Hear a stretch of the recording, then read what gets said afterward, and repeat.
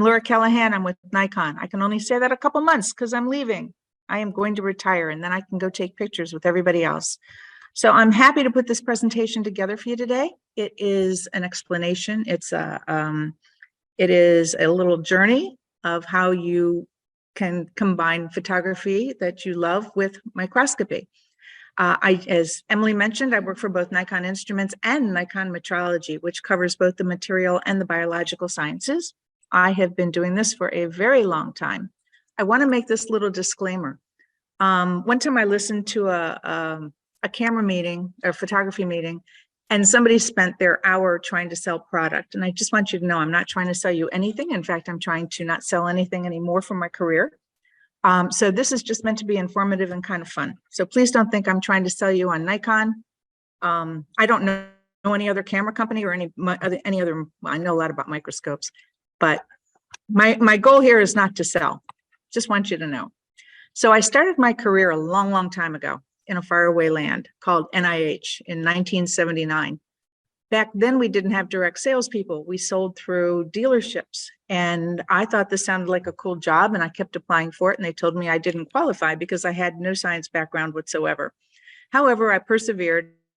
And what I didn't realize was that this one dealership, it was such a bad dealership that their entire sales force walked out on a Friday, and they had to replace them. So they hired 5 new people.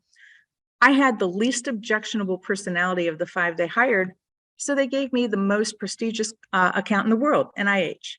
So right off the bat, knowing nothing, and by the way, it wasn't that I didn't know anything that was the problem at NIH. Back then in 1979, there were absolutely no women that did this. I think there was one in California and me, and the objection was that I was a woman, not that I had no idea what I was talking about. So that was interesting. But I met some very prestigious people right from the beginning. One of them was somebody you might remember the name. It's been a long time, but Dr. Robert Gallo. He's now started the Institute of Virology down at School of Medicine in Baltimore. But he was one of the co-founders of the original interleukin-2 and T-cell leukemia, which was AIDS. And someone else who worked at NIH that I'm sure you'll recognize with dark hair, and you haven't seen him in dark hair probably ever, but Tony Fauci, working on a Zeiss microscope. And I worked with him very closely for about 5 years back then. He really set a standard because you probably don't remember, but people turned away from HIV back then. They pointed blame. Nobody wanted to be associated with it. So for him to pursue that type of research was really outstanding at that time. I've done a lot of cool things in my career. One of the more memorable ones was working down at historic St. Mary's City. And some of you might have even visited there when they had the lead coffin project in the early 1990s. And they dug up the bodies of the Calvert family that were in hermetically sealed lead coffins. And I worked with them there for a week. And this whole project turned into one of the largest Smithsonian exhibits ever. It was 5 years long, called Written in Bone. You might have seen it. And this is what we looked like in the tent. That frizzy blonde all the way on the left is me, because that's how we wore our hair back then. And in the bottom left-hand corner is the equipment that I brought, and you'll get a kick out of this. It's a really nice stereo microscope, and I'll explain what that is shortly, with an analog camera and a 13-inch monitor, and my printing device was a dye sub that printed 5x7s, and that was the best we could pull off back then. You see me holding Ann Halbert's head up in the top right-hand corner, and I know I look a little queasy, but I'd never held a skull before. And in the lower right-hand side, you'll see that that's Ann's leg. She had a very badly fractured leg that abscessed, and that abscess was the infected, and that's what killed her. So if you're a historian buff, which I am not, you might want to visit St. Mary's City one day. There's the church that's been reconstructed, and the rest of the buildings are reconstructed in these ghost towers. So coming more current in my history with Nikon, kind of goes with who buys microscopes. Here's an article that was just in the news. Let's see, we have really bad bandwidth here. But this was just in the news the other day about artificial blood being developed in Baltimore that could save lives in emergencies, something that doesn't need to be refrigerated. It's just always available. And that whole nice article is being headed by Dr. Alan Doctor, or as we like to call him, Dr. Doctor, at School of Medicine. And in fact, on his microscope system, which is a really big inverted, I'll show it to you on the screen later. I just delivered this week another $100,000 to go on top of this $250,000 really cool live cell imaging system. So anything that you see in the news that talks about drug development, any kind of research development of something, almost always has at least 1, 2, 3, 4 microscopes associated with it. Not little tiny ones, but great big ones that do really, really cool things. And in this state, most of those are Nikon, I'm happy to say. So who buys microscopes? I get around. I go to all kinds of places, whether it's industrial, manufacturing, biological research, pharma. I go everywhere. And I'm just throwing up a few logos. I could throw up a couple hundred more. One of my very close colleagues made a joke one time, and he said, supposed to sell microscopes, really just drive for a living. So, and that pretty much sums up what we do. But the list goes on and on and on. And I put a lot of miles on my car. So, anyway. So when I say microscope, what do you guys think of? Usually something that looks like this from the 1980s. Put a slide under there, look at something, and I get it. That's what I used to think also. But there's so much more to a microscope. So here's just some of the types of microscopes. Again, I could go on and on and on. But a small upright, just like the one I had showed you, this is a more modern version. On a microscope like that, you might want to put on a slide, and this is an H&E, hematoxylin and eosin slide. Maybe look at biopsies or whatever. You can do a motorized version of that, which is a pretty nifty thing. It can do a motorized Z for focus. It can do a motorized stage, multi-channel fluorescence, time lapse, and you do all those things at one time, and it's really nifty, and you can throw in some artificial intelligence and if-then logic. You can do some really cool stuff. This image was taken by one of my colleagues, Brian Millis, who's now a professor at Vanderbilt University, mouse embryo, and he tiled 5 different colors, 144 images across, 72 images down, and I don't know how many hours it took, but it was overnight. And notice how gorgeous that image is. It's just magnificent. So this, in a tissue culture lab, is a small little benchtop microscope. And if you ever read the book, The Immortal Life of Henrietta Lacks, I see some people here shaking their head yes. These are Henrietta Lacks' cells called HeLa cells, HE for Henrietta, LA for Lacks. She was an indigent patient for cervical cancer at Hopkins. I forget which year, decades ago. And no one could grow cancer cells back then. It just was impossible. They couldn't come up with any kind of buffer or any kind of solution that would grow cancer cells.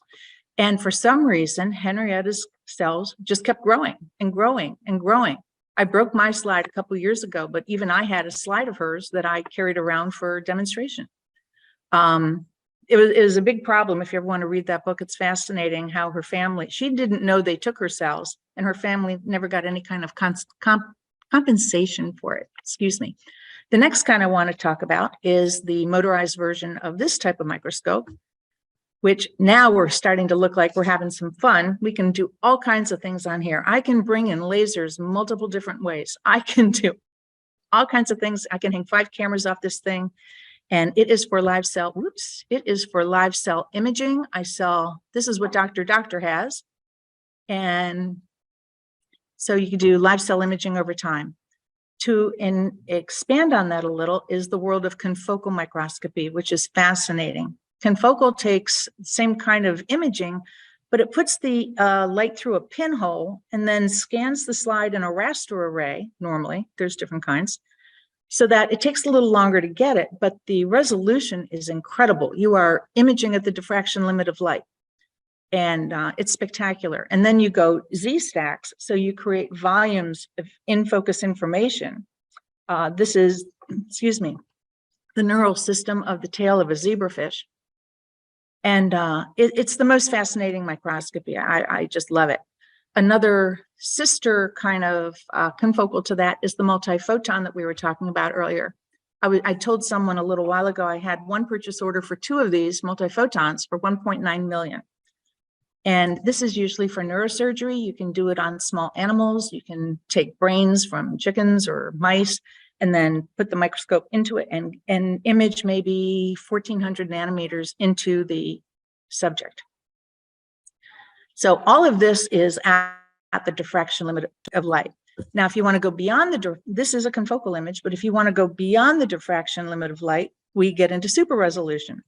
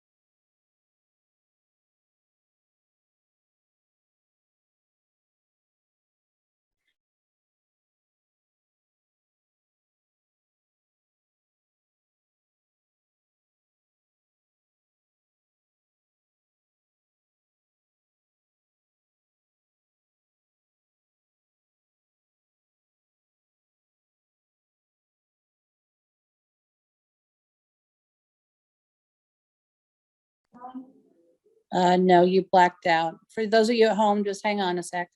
What? You're just telling people at home. Yeah, let me see. I think you totally dropped off. Warren, is your computer online or you took it off? I could never get it online. Yeah. The crazy gas signal is pretty weak. Kind of sucks. Mm-hmm. So if you use this thing will get you online too. They gave me the password. It's a different, We're kind of struggling with bandwidth here at the library. There's some big, huge group next door. So she just fell off, but we're getting her back on. This one, no? You read it to me? Lowercase. 415. Could be. 356. We're plugging it into their Ethernet. No, no, it's just asking someone to publish. And I probably prefer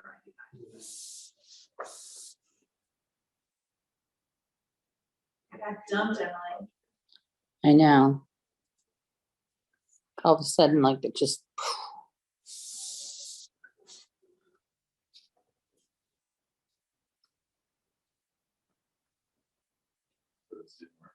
Yeah, it's now I have to sign into VPN and I'm waiting for it to do this.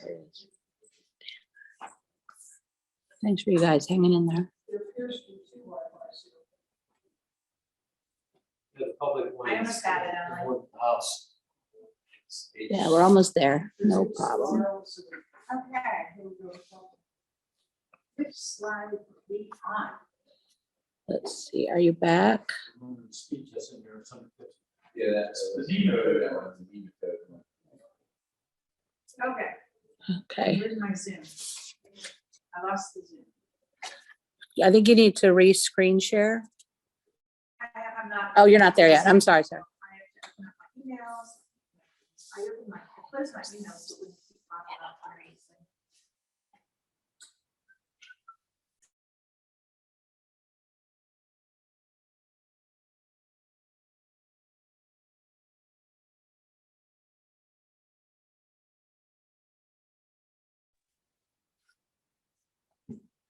We're logging back in.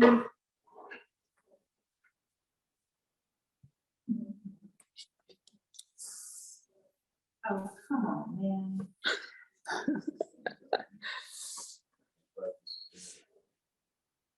Trying to do this in last night and it just kept crashing and crashing and crashing. Every time I tried to share something, it was crashing.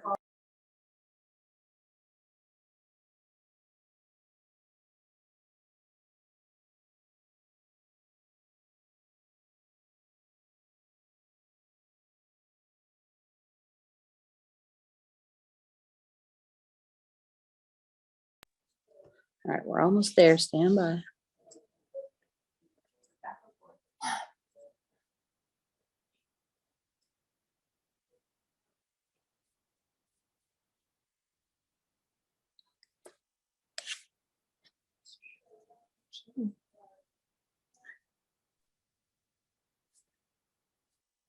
I'm here. Yes, you are. All right, we'll pick up where we left off. Thanks for waiting. Faster than the speed of light. Okay, enough. Can you hear me, Emily? Yeah. Awesome. And lastly, I'll show you one, a measure scope, more industrial use with linear encoders for precise measurement, usually used with circuitry or with wafers. And I've never seen anybody touch a wafer like that in my life. I don't know what they're doing. So, this is the only technical thing I will bring up in this whole conversation. Two slides. So a long time ago, you see my little Nikon, sleeping Nikon logo, because Nikon is kind of known for being last to the party. However, in the microscope world, everybody switched from finite to infinity optics in 1990. Nikon didn't get around to it to 1995, and that meant we couldn't sell anything for 5 whole years, which was really annoying. But when they did do it, they made a big splash. They changed the focal length of the system from 160 to 200 millimeters, which gave us greater working distance and more infinity space. And what I mean by that is on a typical microscope, you have one line of fluorescence that you can bring in, and we could lift it up and we got 65 more millimeters of area, and we could bring in a second line. That makes no sense to you, and I understand it. On the upright microscope, you can see we have 2 of these pieces, and that's because we made that change. And right there, that made us unique in the market, and we're now number 1. There's a lot more to it, but like I said, I'm not going to go into it. The other thing they did, which will make some sense to you for any Nikon user, is they increased the back aperture of the objectives and made fatter objectives. And guess what they did? We were late to the party for Nikon mirrorless cameras. And the first thing they did was they changed the distance of the flange so that you get more depth of field, more working distance. And they made the back focal distance larger, 17%, so you get more light. So if you don't sell microscopes and have a Nikon Z camera, you would never see the correlation between the companies. The Japanese engineers don't seem to talk together too much. So most people don't hear this or see this, but I do. And I just wanted to point that out. Thank you for letting me get that out. So Nikon has this really neat thing. They've had it for decades called the Small World Calendar. And people from all around the world send their pictures. It doesn't even have to be on a microscope. So any of you that wants to submit it, all you have to do is look it up. It doesn't have to be on a Nikon microscope, but they have a prestigious panel of scientists who review all the images and select their top 20, I think it is, and then a whole bunch of honorable mentions.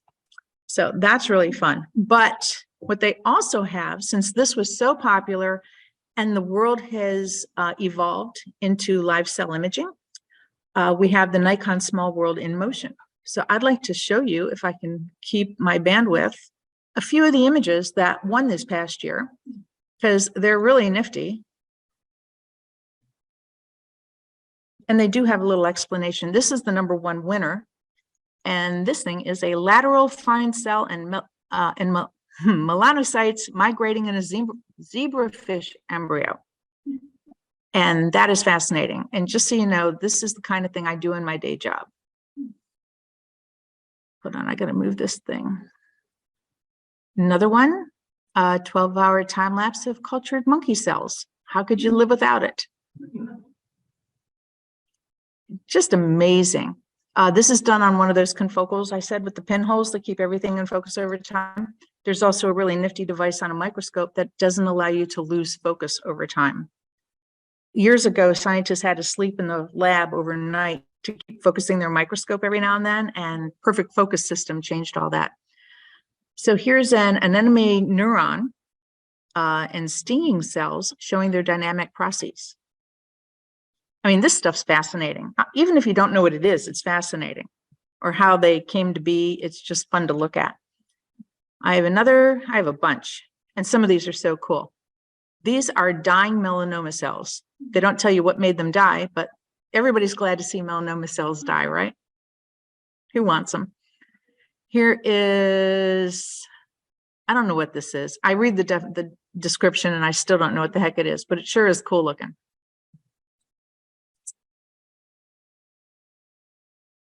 Okay, this one you have to watch for a minute because it's really nifty. You see the cilia making this little guy move, or these guys move.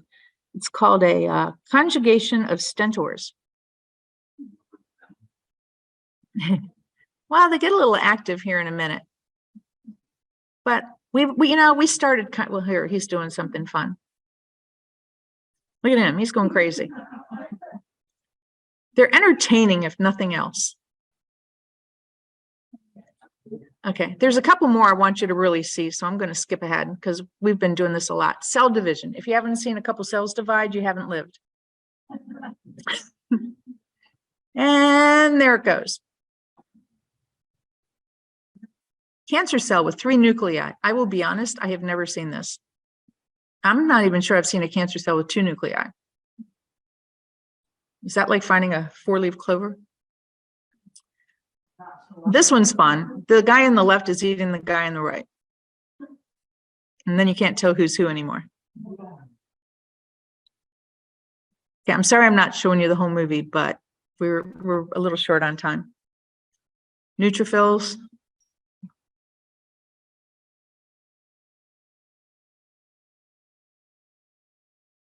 This is nifty. Watch this. Pollen tubes that are secreting and releasing sperm. That is nifty. That is a cool image.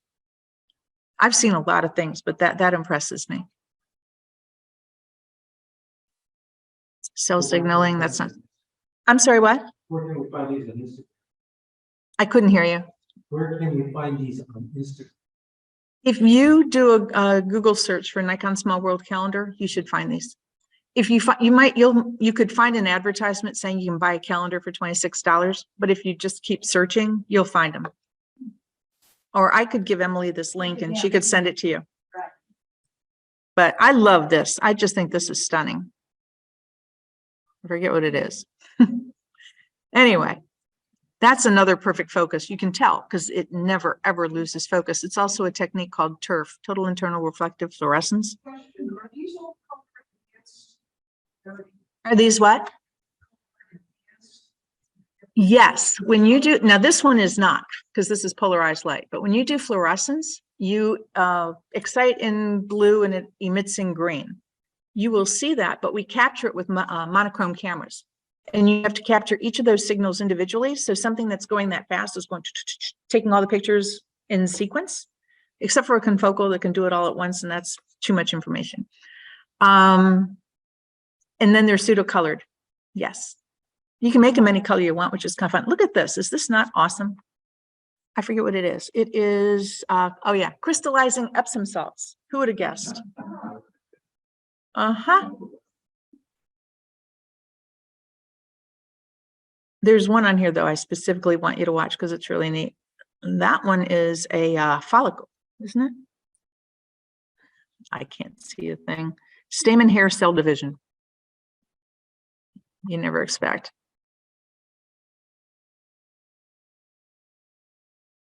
Okay, we're going to, that one's not too exciting to me.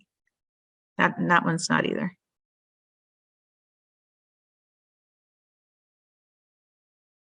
That one's nifty. He's eating. And then what do you do after you eat? Then you're going to poop. Yep. And they show that part too. But look at the food go right into him. Is that not entertaining? What is he eating? I don't know. Algae? Algae. Okay, here we go. My 4-year-old grandson would love this. Love this. This would make his day.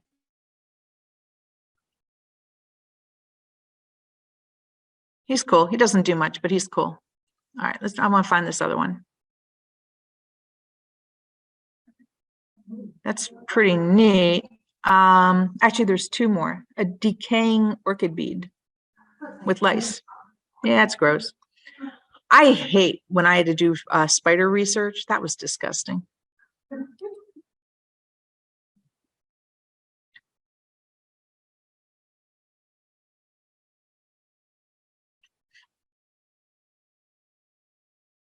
Oh, this is awesome. This is, I forget what it is. Mosquito larvae hatching underwater.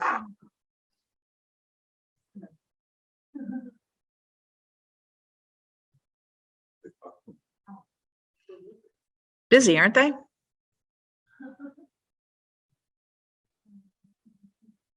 These things, a lot of these are not hard to do. Getting the samples is hard. One of the scarier things I'd ever seen, this is just red blood cells in a zebrafish. One of the scariest things I've seen is at the what is it? Anyway, Greenbaum Cancer Institute. And it looked just like this. We were looking at cancer cells going through blood vessels, and they were bouncing against the sides of the walls, trying to get out so they could metastasize. And I was like, oh man, I don't want to see that. I did not like it.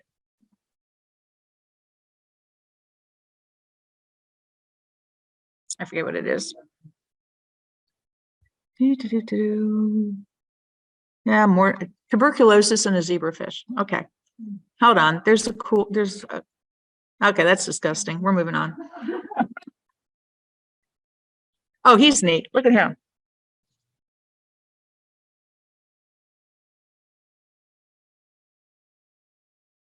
So that is polarized light, which gives him all those effects. Hold on.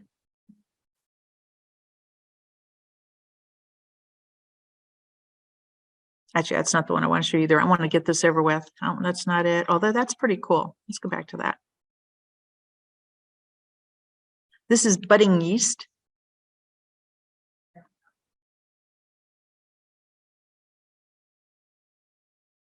I mean, just spectacular. Okay, what do we have here? I only have two more. Oh, he's neat. Okay, it must be the last one that I'm going to show you. Oh, him. Okay, watch this guy. More lice. Enough of that. So part of what I do in my job is I work with scientists to design their system because every single one is custom made. We provide demonstrations before they buy to make sure that it's proof of concept. They purchase it. Then we come in and we install it and we calibrate it and then we train them all. And now I've got to support you for the rest of your life, or my life anyway, which is training new people, troubleshooting problems. And I even had somebody ask me what was this button for? I'm like, that turns on the computer. Most people are brilliant. That guy wasn't. This is just one of the systems I sold, and that's not even fully assembled. We have the controller, the detector box, which is like your camera. This has two confocals on it. Point scanner that I described earlier on top that goes with this photomultiplier detector. And then this is a spinning disc confocal, a different technology, but still a confocal on the side with a $45,000 EMCCD camera on the left. And this thing back here that's about 4 feet tall is a stack of 6 lasers. So, and like I said, this is just partially assembled. The cables can fill a grocery cart. So, and we also provide educational workshops. I wrote this one last year, but I just had knee surgery, so my colleague Andy Zimmon gave it. But from that one workshop, we sold 5 $500,000 confocal systems at University of Maryland. So it's not even that University of Maryland buys one. It's multiple people at University of Maryland have these things, which is pretty remarkable. Because a long time ago, it used to be a university would have one and everybody'd have to use it. So what hardware would I need to use a microscope for photography? And we're going to talk about, well, a stereo microscope, many to choose from. The one on the left is like the $100,000 model. The one on the right's maybe a $2,000 model. And that's without the light source. But the ones that would be most typical for you, if you decide you do want to enter into this world, is a simple stereo microscope. The one on the top has a plane stage, so you would maybe put a bug, a butterfly, something like that on it, and bring light down from the top. And the one on the bottom, you still could have light from the top, but it also has light from the bottom with a rotating mirror, so you can adjust the contrast. A microscope like this has 2 separate optical systems, and they are engineered to be about 10 to 16 degrees apart, and that separation of degrees makes your brain perceive 3-dimensional imaging, stereoscopic. If you have problem focusing your eyes, like if you have strabismus, you might not be able to bring those images together in your brain. So that's just something to think about if you're interested in this. When you attach a camera, it only attaches to one of the ports. You can't attach it to both. There are actually some hobbyist kind of shenanigans where they put two up top and then they have to have 3D glasses to see, and we don't do any of that in science, so I don't know anything about it. And this is an awesome tool for image stacking, putting a spider under there, a dead one because they move too much, or euthanized, whatever, and image stacking and putting them all together. It's a fantastic tool. What I say? So if you're going to buy one though, the cost can be price prohibitive. These scopes, just without lighting, probably in the $2,000, $2,500 range. You could probably find some used. And if you ever want one, I know a service dealer in Baltimore who probably has some sitting on the shelf that are used. But to buy a cheap microscope, just forget it. You'd be better off putting a microscope on your tripod.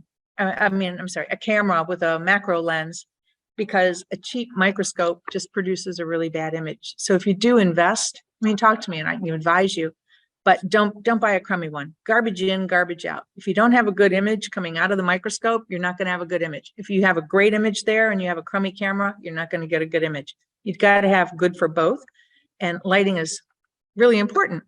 So what People that do this for a hobby, what do they have to put in? money wise?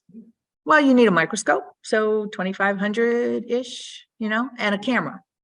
You can't really take a DSLR and put one on there. It doesn't work, or an SLR or whatever.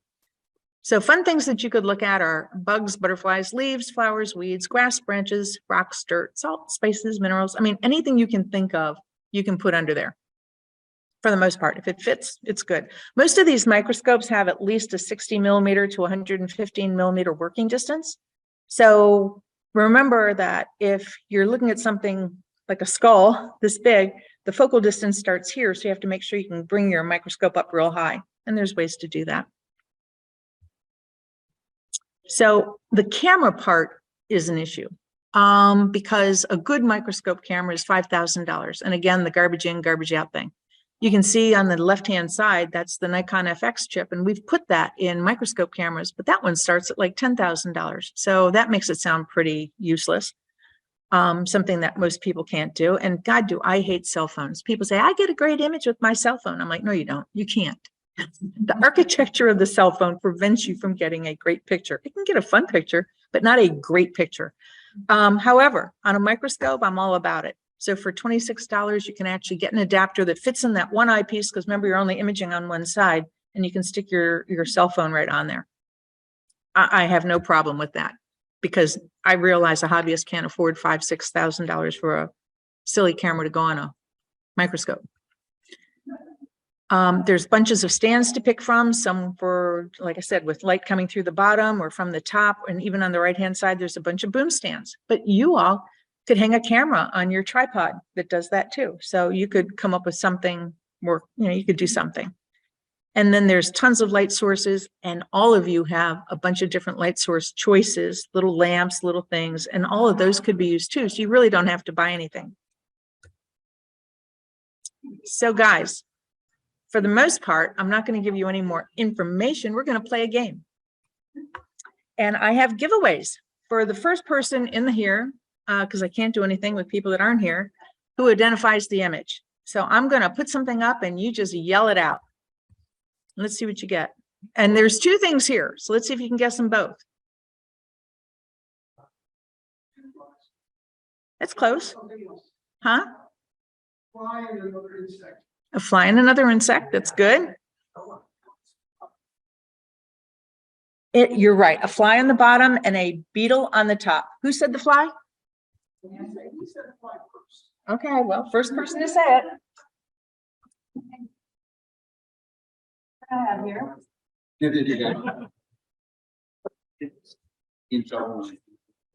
So you get, you can see me, a 2023 version of the Nikon Small World Calendar. No, actually, can I give this to you when you're done? Yeah. So you only get one, so you don't get to guess again. There you go. Fly under the chin of a tiger beetle. This picture was taken in Turkey with a 3.7x lens and image stacking. So that was done on a stereo microscope with image stacking like we talked about. You won 10th place. All the octopus 10x, so it's 37. Yes, that would be correct.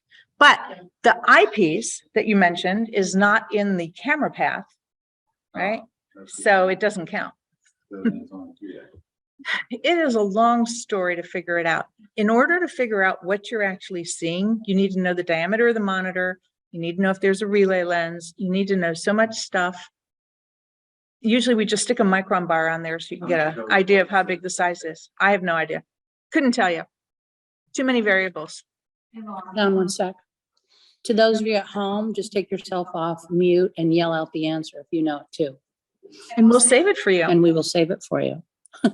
Good one. Anybody have a clue?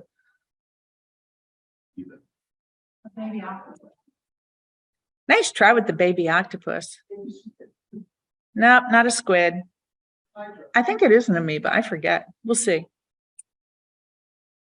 Ha! Anemone. Warren, I'll give it to you anyway. Okay, I'm easy. Let's see what the next one is. Oh, who gets this one? I can't, you know what? This one has me stumped. Don't know how they did it.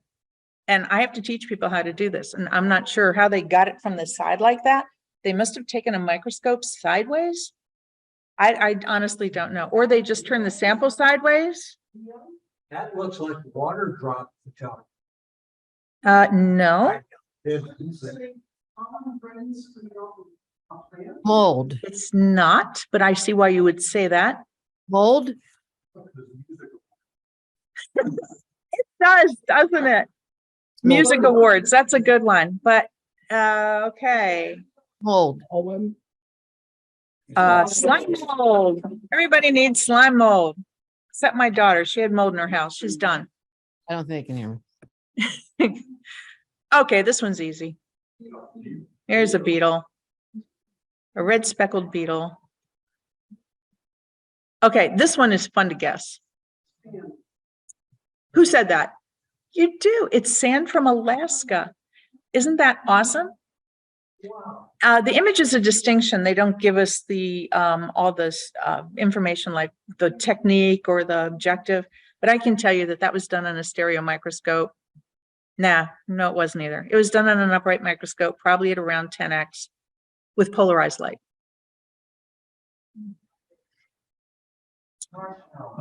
Looks like sushi. Nope. It is moth eggs. Who knew? It's pretty, whatever it is, right? It's not, but thanks. That's a good idea. Butterfly one? Nope. It is growing tip of red algae. Nice tries though. Those were all good guesses. This one you'll guess. Yeah, I don't hear you. I hear people, but I don't hear what you're saying. Something releasing spores. Nope, not even close. Nice try though. Nope.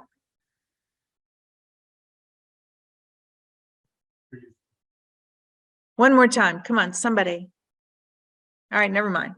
It is the unburned particles of carbon released when the hydrocarbon chain of candle wax breaks down. Now that you know what it is, isn't that cool? So 2.5x objective lens, bright field, and explained to you about bright field and dark field, TMI, and image stacking. Image stacking is a big thing on a microscope. So he, that was kind of a side shot. Yeah, it has to be. This one, I don't expect anybody to guess, but it's a really cool image, so I threw it in there. I got a couple of those. It's a what? No. No, nice try. It is blood vessel network in the intestine of an adult mouse. Who knew? Done on a confocal, which is why the resolution is so spectacular. All right, this is another one I'm sure you won't get. I don't expect you to get it. This is breast tissue showing contractile myoepithelial cells. Yeah, look at that. It's just gorgeous, so I thought I'd throw it in here. This one's fun. I like this one. Of a gecko. It's a gecko. I heard gecko. You both win. Everybody wins. Embryonic hand of a Madagascar giant day gecko. That is actually at extremely high magnification. A 63x objective on a confocal is exquisite. It is first place. It deserved first place. That is stunning. Okay, last one. This is my favorite little guy. Look at that look on his face. What kind of, who said daddy long legs? You win. Yes, you do. He's the daddy long legs. And guys, that's all I'm going to say for tonight. I am open to questions if you have any, because I know everybody wants to buy a confocal microscope. But again, I'm not here to sell one, so it's all good. Emily, are there any questions? The reason you can't hook up a regular camera is when you use your camera, the autofocus, the exposuring, everything is done through that lens, and you could switch to a manual mode, but problems are the field, the evenness won't happen. So you'll have uneven lighting. You might get a little unevenness in focus. And also there is no, and you guys probably don't care, but microscopists care. There's no method of calibrating unless you put like a ruler in the picture, something that you could calibrate off of.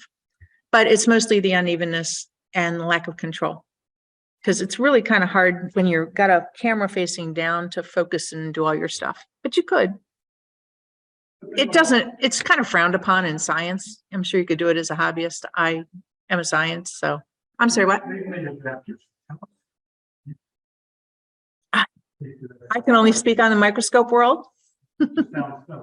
I know, it does. I don't disagree. What is the difference between this light microscopy and electron microscopy? A totally different world between light microscopy and SEMs or TEMs. What is that? What's an SEM? It's going right over my head now that I've said it. Scanning, thank you. Scanning electron microscope and the other one.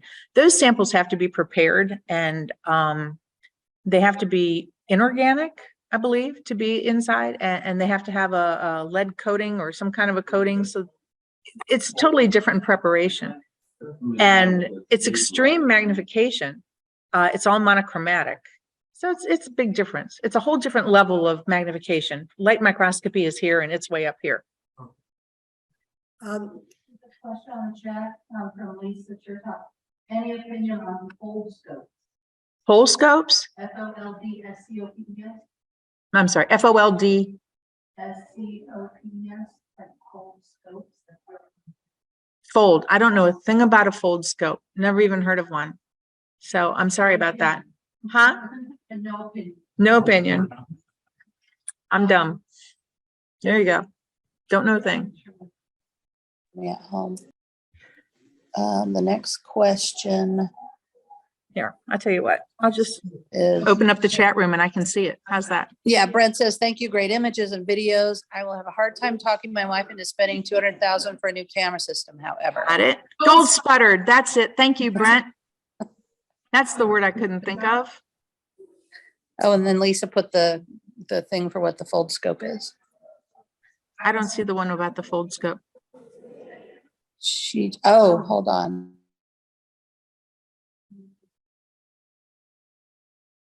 Nope, I don't.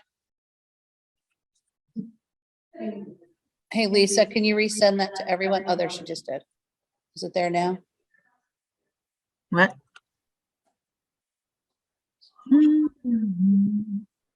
Yeah, she just put the link. Did you? There it is.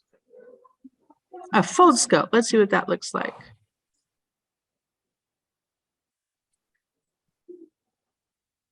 Cute. Well- Wow. So I see a bunch of kids holding them, and that is a clue. If somebody invented, they send them all over the world. You're right. I did read something about that, a paper microscope. That's fascinating. But that would have a camera chip in it similar to a phone, probably since kids are using it. I don't know the price, but maybe even a little lower quality than that. The problem with the small pixels, think of a pixel like a bucket, okay? And they collect photons. You need to get a lot of photons in there to get a solid value. A camera chip like a Nikon FX, let me get it right, I think holds 67,000 electrons. You go to an iPhone and you might get 5,000 electrons. So once you fill up your bucket with photons, they spill into the other photons or into the other buckets and you have saturation. So unless you have a good full well on your pixel, you're limited into what you can do. So that's why on these professional cameras, not just Nikon, but Canon and everybody, you get such great dynamic range. Dynamic range is the formula of full well capacity divided by read noise. So read noise is the inherent noise in a chip, and a chip like the Nikon or the Canon, the read noise is very low. So you have the 67,000 full well capacity divided by very low read noise, you have a great dynamic range. You go to an iPhone that has maybe 5,000 full well capacity with a really noisy chip, and man, that's a mess. Your dynamic range is small. What you see on an iPhone is a very processed image, and that's what they're designed to do. And they're very fast and they're great for pictures of your families and this and that and going on a vacation and not lugging all your heavy camera equipment around. But you all know when you want to take a really great picture, you pull out your best lenses. So I have one slide I didn't show you that compared five or six different 40x objectives from a microscope and shows you very distinctly the differences in performance of those. TMI, so I didn't show it. I don't want to bore you too much. I find that fascinating, but that's why these little chips, something like this, it's not going to compete. Anything else? I see new customers there. All right, let me read. Here we go. I saw the word lights. Lights is now Leica, but yes, Lights and Zeiss had two of the best microscope. They were two of the best microscopes companies in the 60s, 70s, and 80s. 90s, things kind of switched to Nikon and Zeiss. Leica's a great company. Thank you. Great images. Gold sputtered. Does the microscope do the stacking automatically for you? That's a really good question. So you can do it two ways. You can set up your microscope, you go to the high point or the low point. Remember on a stereo, because you have these two converging images, when you focus, the image actually shifts like this. So you have to have a way of correcting for that shift. My software, NIS Elements from Nikon, does that for you. You have to have some method of doing it. I don't know if Photoshop does that or not. I assume that it would. It does focus stack. Yeah, I know it does focus stacking, but it wants things on axis. Huh? It will? Cool. So you could, on my microscope, start at the top and focus down. And as you focus down, it'll build your image for you. And when you get to a point where you have nothing else in focus, you just say, I'm finished. It'll produce this really lovely image. Or you could take 3 or 50 images, however many you get individually, and do it as well. And then you also get to keep your individual images. Or you could use a motorized microscope with a motorized Z focus. And you could say, here's the top, here's the bottom. And there's this thing called Nyquist theory that tells you what the step size for a specific magnification and aperture should be. In my world, it's numerical aperture, and yours, it's aperture. And say, okay, here's my top, here's my bottom, you do it. And it'll just go all by itself at the absolute right step size per Nyquist theory, capture the whole Z stack and make the image for you. So yeah, I can do it myself, or I can do it in a motorized method. And most of these really big microscopes, I mean, I do a lot manually, but it's really cool to do it on automatically. Bought one and have not tried it, just a cheap $20 thing. Is that the thing that you're talking about, holding your camera? I don't know. Okay. Thanks for, I couldn't think anything about how camera industry and microscopes were linked from the very beginning. Carl Zeiss started making microscopes Before moving on to cameras, lights too started with microscopes. Oscar Barnack convinced the head of lights in the early 1900s to let him make a camera, which he did, the Leica, the first 35mm rangefinder. Cool. Last comment, Roman Vishniak, the noted Jewish photographer at the end of his life, started working in photomicroscopy. Thank you for a stimulating talk. Well, thank you for your nice comment. That's really nice. Yes, the fold scope. Okay. I think we've covered them all. Anything else, anybody? So the motion. I think we're good. motion- the Thank you motion so to- much for the people that came here today and for those that joined us in a Zoom. I'm very grateful for your time. I hope it was enjoyable. I hope you learned a little. Oh, so we have more questions. Two more. Yes, sir. You train the people to use it. Yes. You design I do it all, man. before the installation. Where is all of this done? Does Nikon have just one place where they build the prototypes and then you dismantle them and take them to the customers? No Where's kidding. all the work done? Well, you see my back. So I go in and I talk to you. What are you trying to do? And you tell me about all your dreams. You can write out in a notebook, their lab notebooks, what they'd liked this experiment to do. And I listen to them. I ask them a whole 1,028 questions. And then I say, this is the system I think will work for you. And they say, okay, can you show me? So now we have to order it in. This could be crates. I could order in 20 crates of microscopes, and I have a team, and it could take us 2 or 3 days to assemble it, just to assemble it. Now we're going to demonstrate it. And if I'm going to do all that work, I want to show more than just you. So I might invite a lot more people to come and see this thing. Like I said, that one workshop we did and we sold 5, we demoed for a whole month. Where did you get the demo? We keep it in our warehouse in Kentucky, and I just tell them what I want and they send it to me. So think about this though, because I choose to be straight commission. Okay, I could be salary and commission, but I choose to. It's a long story. I make more money this way because I'm a pretty good rep. So if I listen to you better and I produce a system that works for you better than my 3 other competitors, which is Zeiss, Leica, and Olympus, I get to pay my mortgage that month. Because if I don't sell it to you, I get nothing. So it's a pretty big deal for me because I don't like to work for nothing. So I do everything I can to make sure that I do it right. And luckily for me, the equipment that we're selling that I showed you is state of the art. It's stuff the other people can't do. So it's not like I'm a sleazy salesperson or something. I'm really selling them a solution. It's hard work. And I have a team and we work together. I've worked with Jesse. So I'm the microscope rep. I have an advanced imaging specialist. That's Andy. We've worked together 10 years. And Jesse, who is also part of our group, I've worked with him for 25 years. We're a tight team. We're very seamless. And it's some of the coolest instrumentation in the world. Yes. So do you do some of this on your own? Or so we can use Well, I swore I would never get into photography. And damn Nikon, for one of my anniversaries a short while ago, they gave me a stinking camera. They gave me a J5, their first mirrorless, and I didn't know any better. And I used to think that was heavy. And they gave it to me just when I was going across Canada on the Rocky Mountaineer. And once I started taking pictures, and I'm technical enough that I'm sitting on the train going, this is so cool. Look at all these buttons, and I am just, never read a manual, God forbid, and just poking everything. And that just, all I do now is take pictures. I just got back from Yosemite. I was taking pictures of the firefalls. I'm like, oh yeah, let's go take pictures of an aurora. Let's go do this. Let's go do that. I mean, I've lost my mind. Oh God, I've done this for 42 years. I'm done.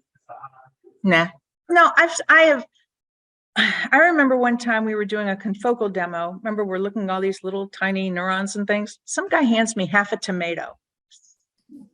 I'm like, how do you image this on on this kind of microscope?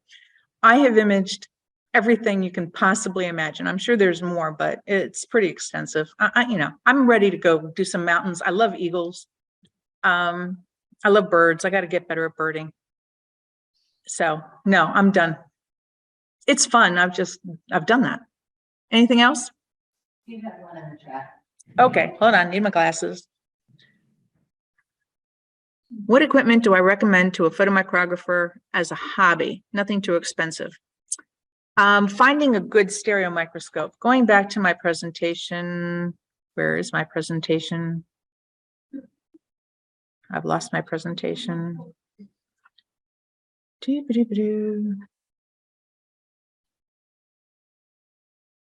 Something like this.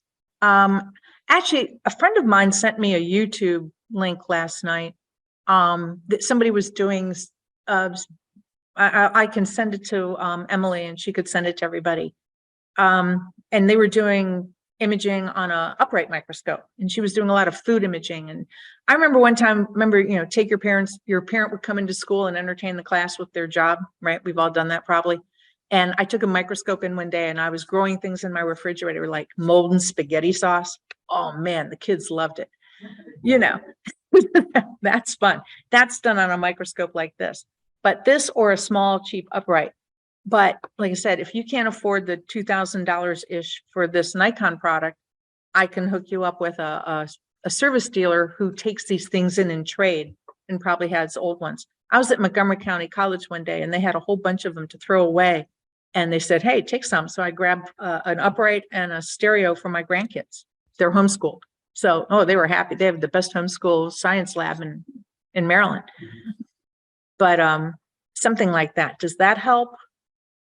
I can't see the Well, response. actually- I've lost everything. Can you hear me? I don't know. Hmm. Wherever it is. Emily, anything else? And that's it. Okay, guys, I'm so grateful for your attention and your kind audience, and thank you so much. Appreciate it. All right. Thanks, everyone. Thanks for